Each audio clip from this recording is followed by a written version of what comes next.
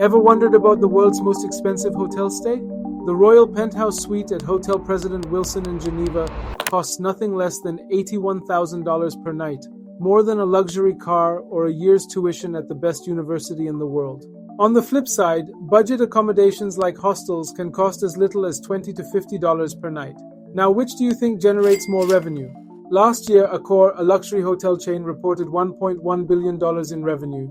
But surprisingly, Travelodge, a prominent budget hotel chain, reported revenue of approximately $1.3 billion for the same period. Plus, luxury hotels often have lower occupancy rates compared to budget hotels. This brings up some interesting questions. What types of hotels are out there? How do hotels price their rooms?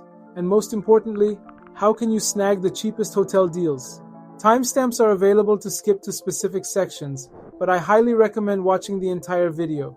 You're sure to learn something new in each chapter.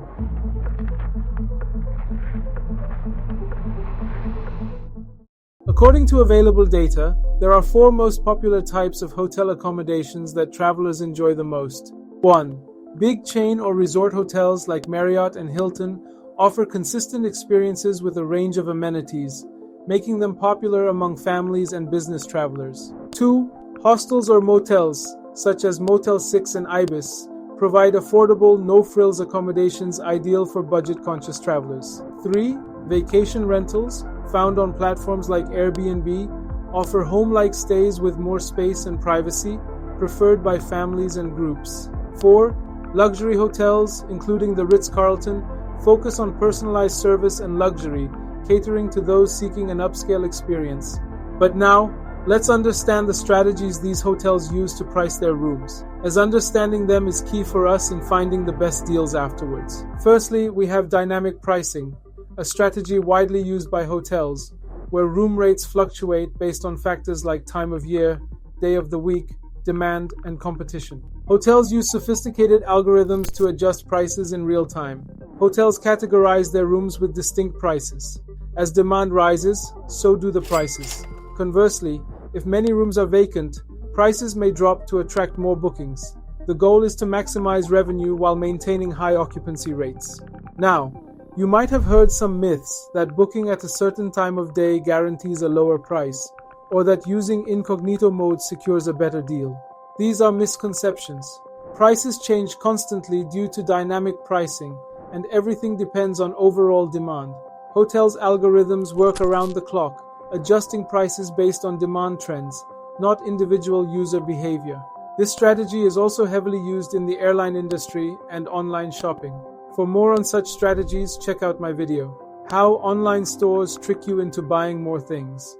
Next, we have the length of stay pricing strategy, where hotels offer discounts for longer stays.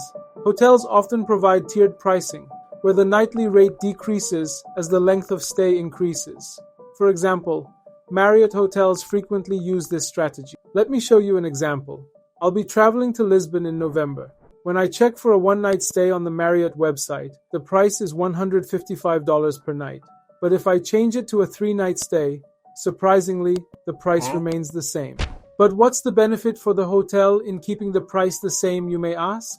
By incentivizing longer stays, hotels can ensure a more predictable occupancy rate, which is crucial for revenue management and operational efficiency.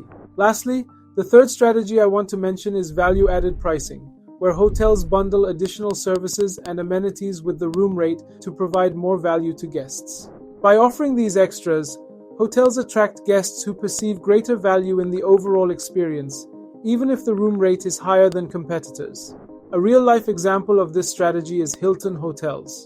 Hilton often includes perks like free breakfast, premium Wi-Fi, and access to executive lounges for guests who book certain room categories or stay multiple nights. By bundling additional services, hotels differentiate themselves from competitors, improve guest satisfaction, and ultimately drive more bookings, leading to increased revenue. I've touched on just 3 strategies, but there's much more to the hotel industry. The list goes on, but the strategies I've covered are key to understanding the industry at a high level, and they're easy to share with your friends and family too. Now let's shift our focus to the consumer's perspective. What strategies can you and I use to secure the cheapest hotel room? But before I dive into that, If you're finding value in this video, please subscribe and like. Your engagement motivates me to deliver well-researched content. Recently, I booked hotel rooms for my pilgrimage trip to Saudi Arabia and another stay in Lisbon for Web Summit. This process forced me to dive into another round of research to find the best hotel room deals. Here are my top 3 tips for securing great hotel deals.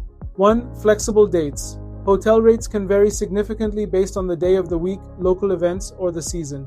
Statistically, Friday and Saturday nights are peak times for leisure travelers, leading to higher rates. Business travelers typically stay Monday through Thursday, making Tuesday and Wednesday the best days for leisure travelers to find deals. But as a rule of thumb, staying midweek or just outside peak season can save you money. Another key lesson I learned is about booking too early. For one of my upcoming trips, I booked a hotel 8 months in advance, only to find prices dropped 4 months before the trip, putting previously out-of-budget hotels within budget.